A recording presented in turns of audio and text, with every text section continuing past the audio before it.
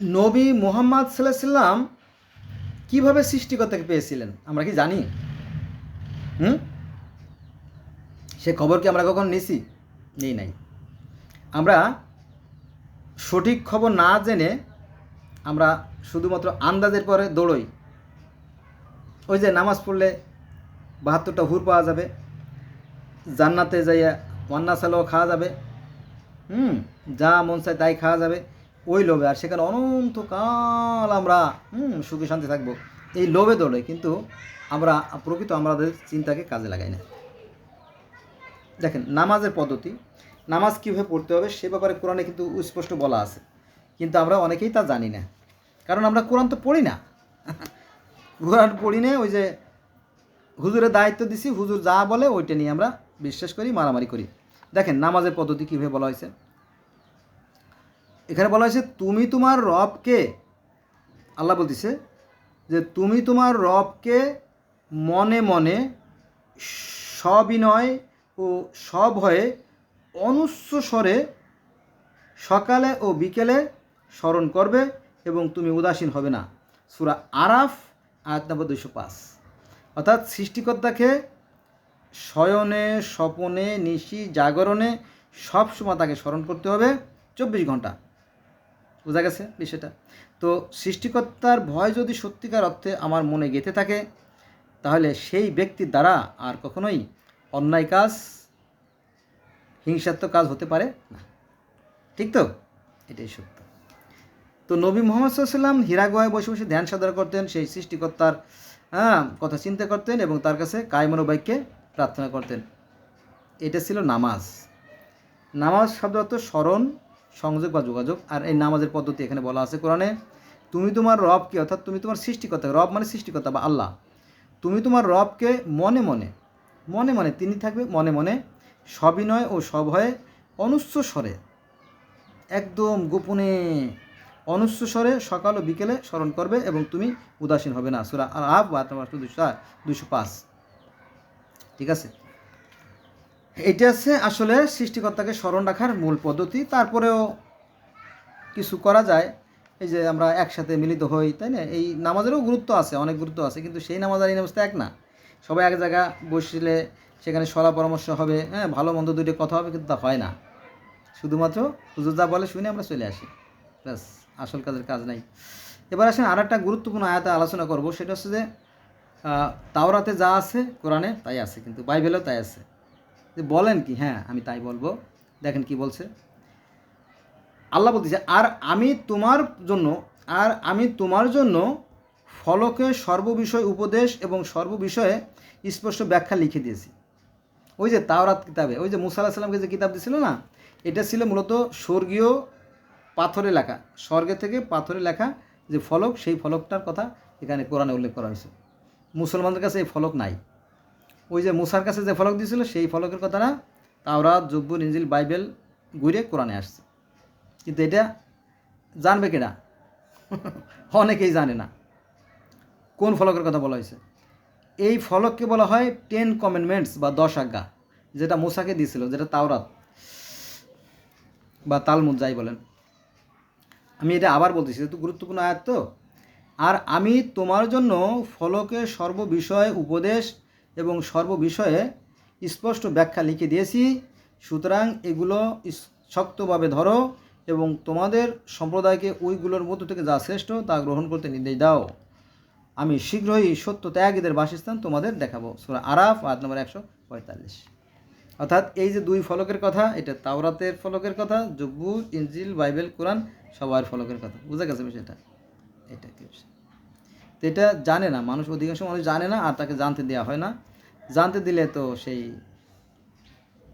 আপনার ব্যবসার গুমর ফাঁক হয়ে গেল, ব্যবসা বন্ধ হয়ে গেল, তাই না? এটা কি? আচ্ছা, আর একটা বিষয় দেখেন, যে ওই যে ইহুদিরা দাউদ আলাইহিস সালামের কিতাব শোনার জন্য এক জায়গায় মিলিত হতো, নদীর থেকে মাছও আসতো দাউদ আলাইহিস সালামের সেই কিতাবের সুন্দর সুর শোনার জন্য। কিন্তু দুষ্ট ইহুদিরা ওই মাছগুলোর আটকায় রেখে পরের দিন ধরে ফেলতো, এরকম একটা বিষয় আছে না? তো তারপরে এই মাছগুলো আল্লাহর কাছে নালিশ কি, হে আল্লাহ, আমাদেরকে মেরে ফেলতেছে, আপনি এদেরকে রক্ষা করেন। তো বলো, তোমরা ওই মাছগুলো আটকে রাখতে পারবে না, আল্লাহ থেকে নির্দেশ আসে না। কিন্তু তারপরেও ইহুদিরা সেই কথা অমান্য করলো, অমান্য করে সেই মাছগুলোকে ধরতো। পরে আল্লাহ পাকের অভিশাপে সেই যারা মাছগুলো ধরতো তারা অভিশপ্ত বানর হয়ে গেল। একটা কাহিনী আছে না, একটা কাহিনী আছে। তো সেই কাহিনীও কোরআনে আসছে, অর্থাৎ তাওরাতে যা আছে, বাইবেলে যা আছে, কোরআনেও তাই আছে। কিন্তু অধিক মানুষ জানে না, ওই যে হিংসা বিদ্বেষ ঘৃণার কারণে ওইগুলো পড়ে না, ফলে ভিতরে বিভেদ সৃষ্টি হয় আর কি, মনের ভিতরে এই পরস্পরকে ঘৃণা করে। এটা আছে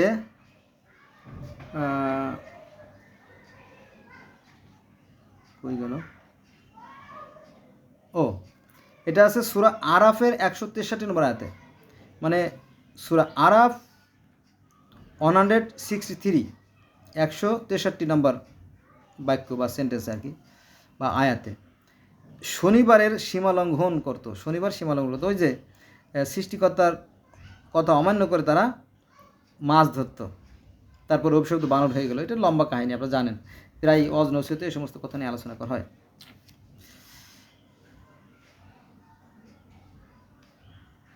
এবার আমরা আর একটা আয়াত আলোচনা করব। আল্লাহ বলতেছে, তিনি তোমাদের এক ব্যক্তি থেকে সৃষ্টি করেছেন। সূরা আরাফ আয়াত নম্বর 189, 189। তাহলে আমরা যদি সবাই যদি একই স্রষ্টার সৃষ্টি হই, আমরা যদি স্বকীয় আদমের সন্তান হই, তাহলে তো আমরা সবাই ভাই ভাই, তাই না? তো আমাদের মতো এত দ্বিধাদ্বন্দ্ব কিসের? হ্যাঁ, এ কথা সত্য যে আজ থেকে 1450 বছর আগে ইহুদিদের সাথে নবী মুহাম্মদ সাল্লাল্লাহু আলাইহি ওয়াসাল্লামের একটা দ্বন্দ্ব হয়েছিল। এখন এই দ্বন্দ্বকে আমরা এখনও পুষে রাখবো? যদি রাখেন ভালো কথা, না রাখলে না।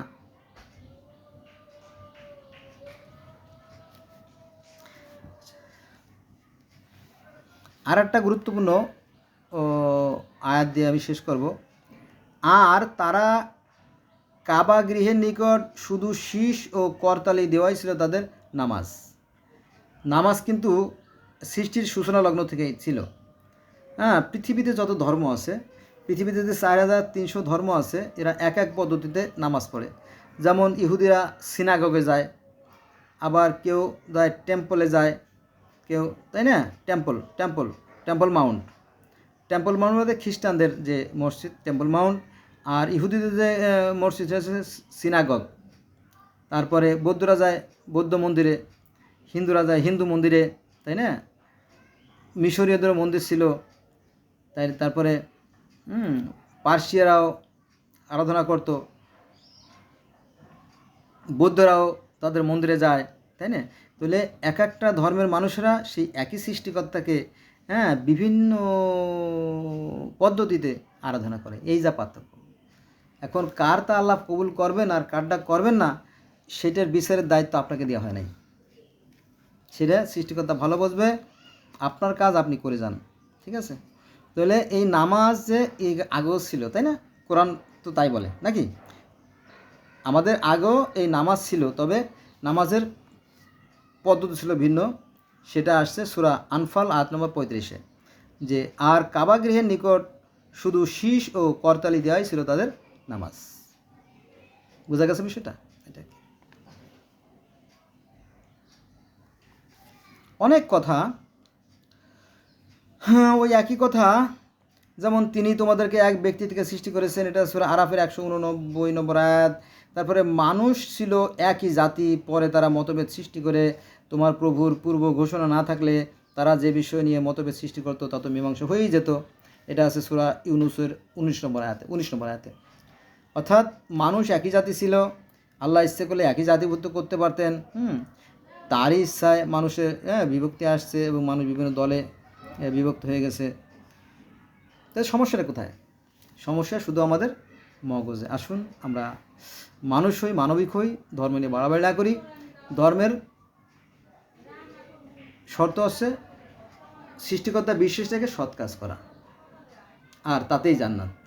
জান্নাতে যাওয়ার জন্য শর্ত মাত্র দুটো, একটা হচ্ছে সৃষ্টিকর্তা বিশ্বাস, আর কি? সৎ কাজ। ধর্মের দোহাই দিয়ে আপনি কখনোই জান্নাত যেতে পারবেন না। যাওয়ার জন্য সৎ কাজ করুন। আপনিও ভালো থাকুন, আপনার চারপাশে যারা আছে তাদেরকেও ভালো রাখার চেষ্টা করুন। তো বন্ধুরা, আজকে এই পর্যন্ত রইল। সবাই ভালো থাকবেন। আল্লাহ হাফিজ।